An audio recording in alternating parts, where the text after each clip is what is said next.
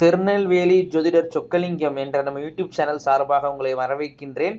ஸ்கிரீன்ல ஸ்க்ரோல் ஆகக்கூடியபடி செயல்படுங்க. வாங்க நம்ம அனைவருக்கும் வணக்கம். என்னிடம் ஜோதிடம், ஜாதகம், பிறந்த குழந்தைகள் கரிச பேர், சுட்ட குலதெய்வம் அறியாத குலதெய்வம் அறிய போன்ற அஸ்ட்ராலஜிக்கல் கன்சல்டேஷனுக்கு தாராளமாக நீங்கள் அணுகலாம்.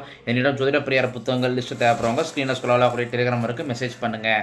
சரிங்க, இன்றைக்கி பதிவுக்குள்ளே போவோம்.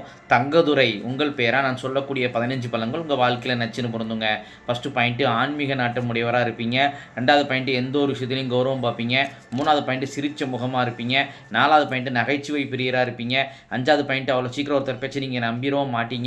ஆறாவது பாயிண்ட்டு, வாலிப வயசில் ஒருதலை காதலால் ஒரு லவ் ஃபெயிலியர் ஆகிருக்கும் உங்களுக்கு. ஏழாவது பாயிண்ட்டு, ஆண் குழந்தை நினச்ச மனக்கவலை இருக்குங்க. ஒரு ஆண் வாரிசு இல்லைங்கிற கவலையோ, அல்லது ஆண் வாரிசு நமக்கு கட்டுப்பட மாட்டாங்கிற கவலையோ, அல்லது ஆண் வாரிசோடைய ஃபியூச்சரை நினச்ச ஒரு கவலையோ உங்களுக்கு இருந்துகிட்டு இருக்கும். எட்டாவது பாயிண்ட்டு, வீட்டில் மனைவியோட கைதாங்க ஓங்கி இருக்கும், மனைவியோட நிர்வாகம் தான் வீட்டில் இருக்கும். ஒன்பதாவது பாயிண்ட்டு, ஒரு அம்மனுடைய ஆசீர்வாதம் உங்களுக்கு உண்டுங்க. பத்தாவது பாயிண்ட்டு, பூரிய சொத்துக்கள் அழிஞ்சிருக்கும். 11வது பாயிண்ட்டு, எந்த ஒரு விஷயத்தையும் ஏன் எதுக்குன்னு ஆர்கியூமெண்ட் செய்யக்கூடிய குணம் உங்கள்கிட்ட இருக்குங்க.